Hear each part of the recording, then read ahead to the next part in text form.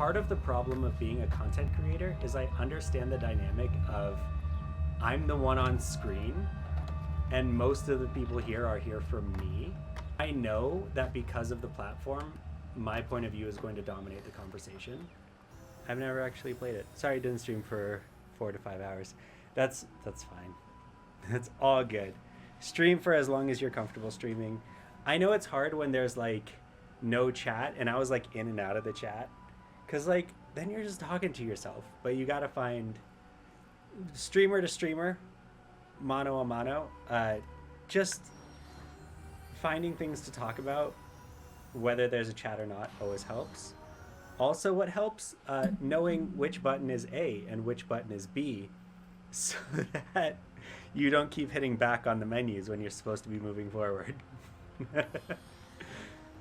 I forgot to make the sticky note that tells me which button is which. I wonder if I can make it now. The Tower of A.R. Rahman, that's why it's a dollar. That was a bad joke. It's I'm gonna see if I have like 1x1s. I have built this, and this tells me where all the buttons are on my controller. I know some people stick stuff on their screen so that they can like help aim and stuff. I'm sticking stuff on my screen so that I know what color button to push at any given time. I've talked about this before. I wish my job was just making things. Like physically making things. I know I make content, but that's kind of a cop-out. But like physically making things with my hands, it would be so nice. But unfortunately, it's like, it takes a lot of work to get into there. As Hein was saying, like, the trades need people, but if you're late to the game, the trades is not, like, accessible. As accessible as other industries, right? Physically making stuff is fun. I painted a droid a few weeks ago. It was the most fun I've ever had. Some of you saw that. That was on a live with Minhas. But like painting a droid was just so much fun. I also acted and led and was the lead in one play. I loved all those things. Theater is great though. That's why, Taters, you need to take all these costumes that you have and make content. I don't want to force you to make content, but I will forcibly encourage you to make content, because that is just acting and directing and setting a stage all at once. That's what it is. And scripting and all that stuff too. There's value in work besides making money. It helps make unfun things I do a little less bad. Yes. People are owed being treated like a human. Absolutely not. Absolutely not. Not in the current state of things, they're not. Because not treating people like humans is more beneficial if you want to have a successful career, if you want to make money, if you want to be what capitalism defines as successful. Don't treat people like people. Treat people like frictionless spheres. That's what we learned from all these economists. I'll give myself as an example because I'm the only one I know. On the videos where I'm a little bit mean, on the videos where I clap back and I make fun of people and I call people racists and I use the term racist, orders of magnitude more success than my videos where I'm calm and nice and educational. The ones where I have conversations with commenters instead of just dunking on them perform way, way worse than the videos where I'm dunking. Now, if there was a profit motive in that, if I lived in the States and I had access to the creator fund, guess what happens to the way I treat people on TikTok? I stop treating them like people, that's for sure. Because treating them like anonymous not American, I was reading your comment, sorry.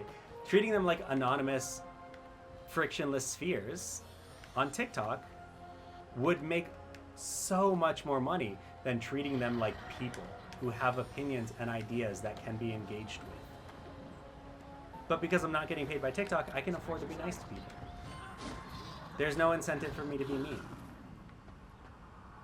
Now, if I wanted to grow the platform, become a full-time content creator and all that stuff, I would be mean to people 24/7. I'd be making fun of people, I'd be making fun of commenters, I'd be making fun of Disney and Marvel and Star Wars more than I already do. Because that's what gets the clicks, and that's what gets the money. Yes, that extra $2. When that's your only income, that extra $2 helps. People are owed it doesn't mean people get it because people are selfish. I don't think, in the system that we have, that is physicists. Again, physics background. As a former bartender, tipping is a stupid bad concept that should be abolished and replaced with living wages. I agree, as someone who has never been a bartender and never had a tip job. I guess this is technically a tip job, and Minhas is the only person who's ever tipped me, but I get it. Servers get paid less than minimum wage because they're expected to get tips. Have that included on their taxes. Bingo. American runs on dunking on people. American TikTok does run on dunking on people. Aside from the racism in the algorithm, where creators with the same with creators of color with the same content as white creators have like demonstrably fewer views and fewer income in the States, which is a different problem. Being mean, dunking on people, being elitist, and not treating people like people will get you like will get you views and clicks and money. Right? That's how you build a sustainable social media career. You be an asshole. To be fair, I don't like tipping via Twitch methods because I don't like Twitch getting more money than they should. That's fair. I also don't like Twitch getting money, which is why I always encourage people, if they have Prime, to use their Twitch Prime, because then you're not paying anything and Amazon is paying me. And also, I don't ask for tips, right? I asked once as a joke, and somebody actually did. 2 people actually did, but they used their real names, so I couldn't talk about it. I've only made to date 27 cents on TikTok. And that's just from doing lives, gifts from lives. And that TikTok takes 90% of. Like the gifts that I got were $1 each. And I made 28 cents out of all of the gifts. So if that tells you how that works, then there you go. Twitch running a video platform, especially a live one, is hard and expensive. It is hard and expensive. It is hard and expensive. I'll give it that much. After the Amazon takeover, and with the changes that they've made in the past year for creators, for affiliates or partners, I don't know, the one that I'm not, partners, yes. So with the changes for Twitch partners, yes, it is expensive to run a site like this, but the money that is being taken away from subs and donations and bits and all that thing is way more than what's needed to keep the company afloat. At this point, I'm convinced that YouTube is just there as a service to society, that they keep losing money so investors don't shut it down. Most YouTube users use it as a service. They don't use it as a social media platform, which is what Google intended, obviously, with their acquisition. I don't consider YouTube a social media platform, really. I do, only because I'm an old school YouTuber. And this is what we talked about last stream as well, is that I was on YouTube back when it was really, really, really trying to push its social media stuff. And I tried to engage with that and become a YouTuber and all that stuff. It didn't work out. I'm surprised it worked out with TikTok, because I'm just not that interesting. I still see it as a social media platform, but I understand that most people don't, which is fine. It has way more utility than being a social media platform. Unlike things like Facebook, which are also considered more than social media platforms, but definitely shouldn't be. That was what made YouTube so successful in the first place, is the way that they encode and store videos to make them smaller than they need to be. I'm gonna remember it as soon as I stop the stream. I just know. Not condense, not encode. Compress, that's the one. Compress. So it's not intuitively a social media platform. Whereas going back to the boomers, Facebook is not intuitively a social media platform for them. Because for a lot of people, the idea of social media is just foreign. They look at it as traditional media, as newspapers, as news. I'd rather have them charge for higher quality if they keep some access free. The value to society is worth more than any profit. Yeah, this is something that started like way in the early internet when they were just figuring out how they were going to monetize content. And for some reason, they landed on ads. The entire internet will be funded by ads and data. And later on, like in the past 5 or 10 years, people realize that you can do both. So they're going to sell you ads for data, and they're going to charge you for content. They're just going to do both, and that's the world that we have to live in now. I'm trying to write a script for my first YouTube video right now. I have no delusions of being successful. I just need a new hobby. That's why I started TikTok too. I think, were you the one that asked why I became a TikToker? I have that. I'll post it tomorrow. That'll be video number 2 for tomorrow. I think that was you. I'm pretty sure that was you. This comment reads, why did you become a TikToker? And my answer is, accidents happen. This video contains references to Harry Potter. If you're not a fan of that, just zoop. So I downloaded Musical.ly because my students pressured me into it. I didn't use the app at all, but at least when they were like on break doing their little, I knew what was going on. And then I just kind of forgot about it for a while until I moved to the States, and my students there were like, you should get TikTok. And I was like, ooh, what is that? Oops, already have one. So then I got the app again, and I didn't want to watch teenagers dancing. Like, I already have to deal with that in my classroom. So the algorithm pushed me onto Hogwarts Professors TikTok. So I started making videos for that because I was a Harry Potter fan at the time, and I lived near the Wizarding World of Harry Potter, so I had a lot of costumes and stuff. And that community was just the most amazing people, and I fell in love with them. And some of them are still my friends today, like Isaac Winterleaf and Astoria Greengrass and Scooty Puff and the J. I think the J switched platforms. But most of my followers were still my students, so in addition to those videos, I would also talk about the stuff that we talked about in class and like make jokes. I think there's a rap song in there you can find. But then the J.K. Rowling thing happened, and these amazing Hogwarts professors stopped being Hogwarts professors. Even my own content switched from these are the parts that I like about Harry Potter to these are the parts that I don't like about Harry Potter. I think my most popular video then was describing the racism inherent in wizarding schools. Then COVID happened and I moved to Canada, which means no going out with friends anymore, no teaching anymore, and I also don't have an office. So I stay in my home 24/7 and I'm going crazy. But TikTok was still like a fun thing to do, so I looked up how to grow on TikTok. And the 3 things that I found were make content every day, hop on trends, respond to comments. Oh, look at that. Starting in December, I made content every day, at least 2 videos every day. And I even got a word calendar so that I would guaranteed have 1 video every day just defining a new word. Then on January 14th, there was that video of what are some secrets you can share from your industry. So I made a video about Lego because I used to work for Lego, and a lot of people saw that.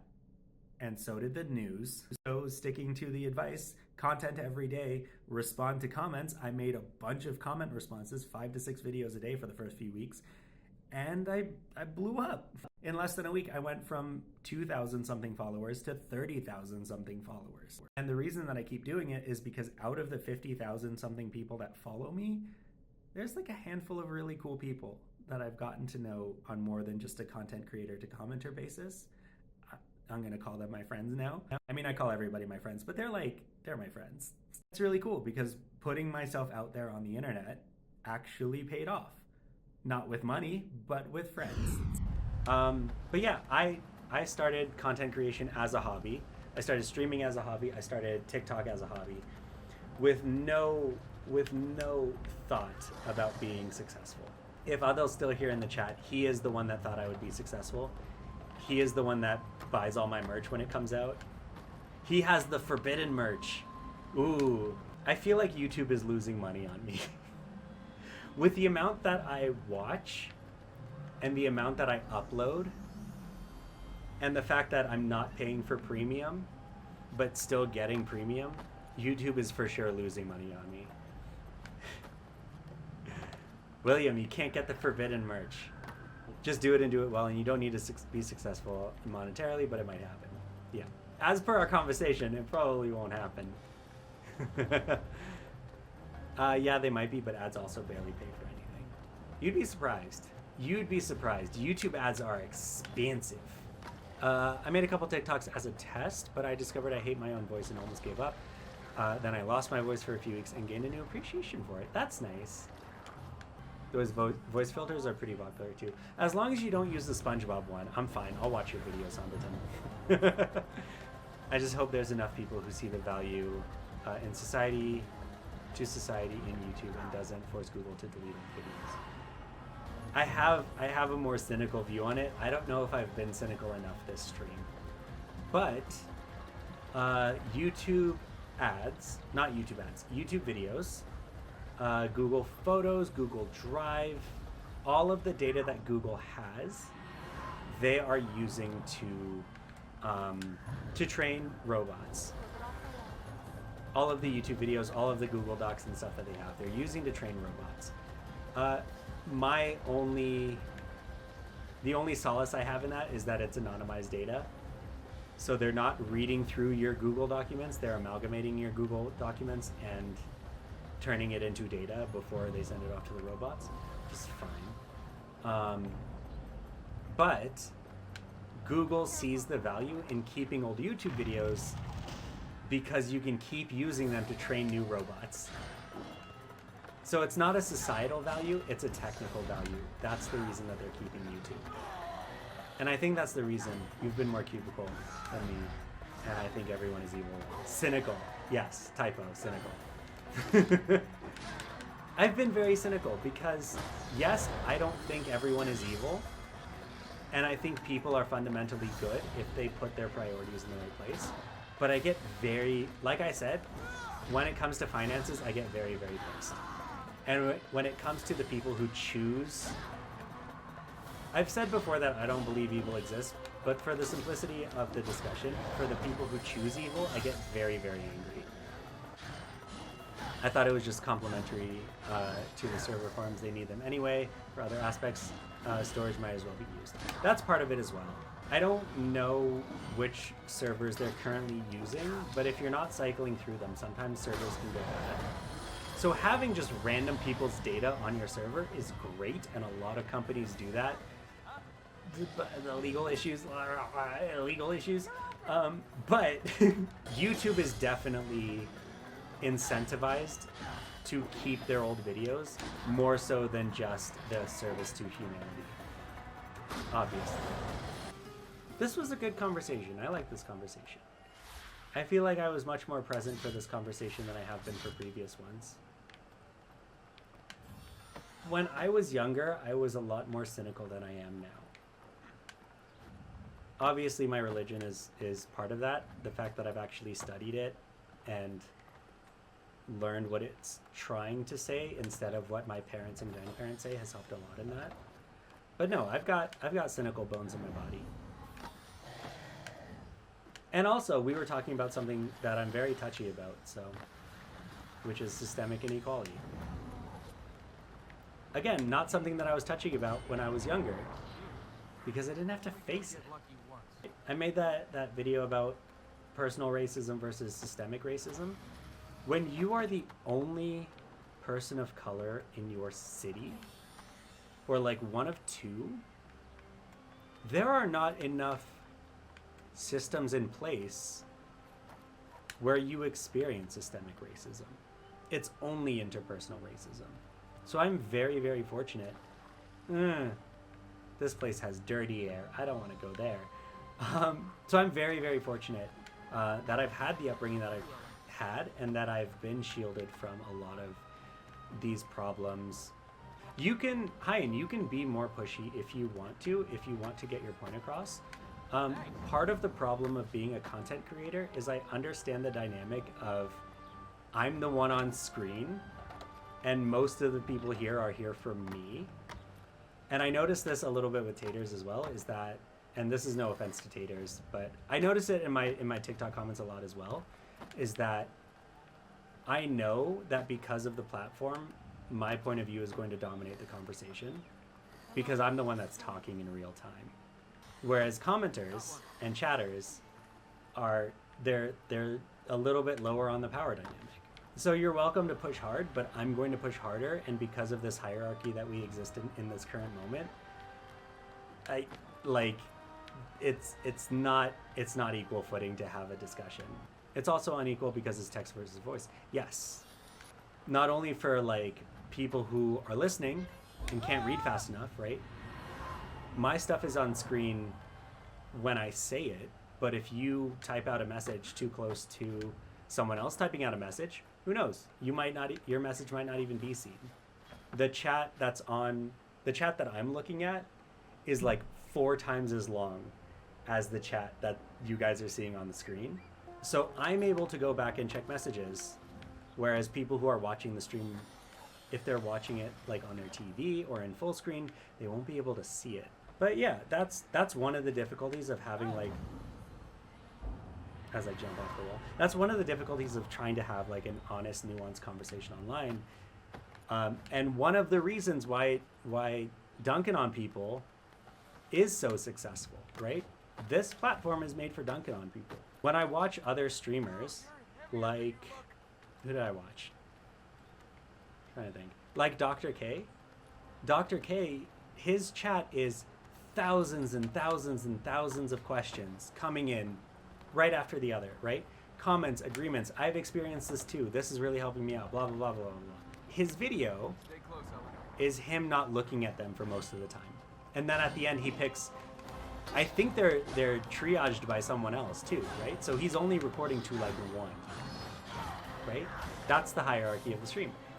Even though I appreciate what he's doing, I also need to understand that it's not an equal conversation between him and the chat. Hassan is the other example, right? Hassan doesn't read, he reads most of the chat in his head, like you can see him doing it. But when he responds, he's only dunking on people. Even when someone's agreeing with him, he's dunking on people. Discord is also, I feel like Discord theoretically would be a good place, but I also need to recognize the privilege that I have in the Discord of, these are my followers and my name is on the Discord, right? So it's still not as equal footing as I would prefer to have these types of conversations. And I recognize my privilege in that as well. I try not to talk in the Discord, to share in the Discord, unless I'm saying something, you know, supportive or at least constructive, but you know, that just comes with the territory. And if you still want to be a content creator, right, which you were talking about in the first stream, then you have the opportunity to create a space where you're at the forefront as well. I'm not going to say that I put effort into creating a platform where I'm at the forefront, because as we all know, this is all accidental.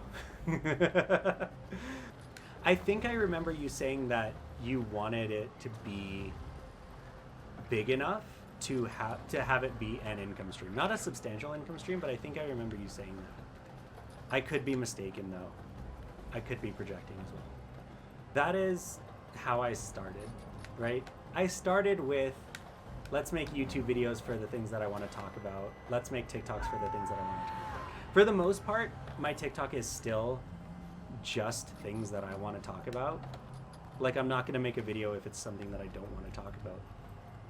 But unfortunately, this past year, coming up to 1 year, I've also had this feeling of obligation towards TikTok and towards content creation, which I find very, very frustrating. Especially because it wasn't my intention. It would be nice. It would always be nice if the thing that you enjoyed doing turned into an income stream. But much like everything else, content creation, if you turn content creation into an income stream, and I have the opportunity to do that. See, even then, I summarized for you. You can speak for yourself, but I summarized for you. If you want to turn content into an income stream, and I've talked to people who are doing this, like Nick on the podcast is one of the people who's, you know, in the process of turning content creation into an income stream, it becomes significantly less enjoyable. And I don't want to get to a point where I stop enjoying the content that I make. That's why when I make a big video that is controversial and gets a lot of hate, I stop making videos for like a week because I hate it. But then I come back because I still feel like I have an obligation to make content. I should try doing the clock app again. It's just too addicting. I want to turn off my For You page and only upload and read comments. Yeah, I get to that point too. But again, and this is from Dr. K's stream as well. Start with 20%. If you're watching YouTube videos for, oh gosh, now I have to do math.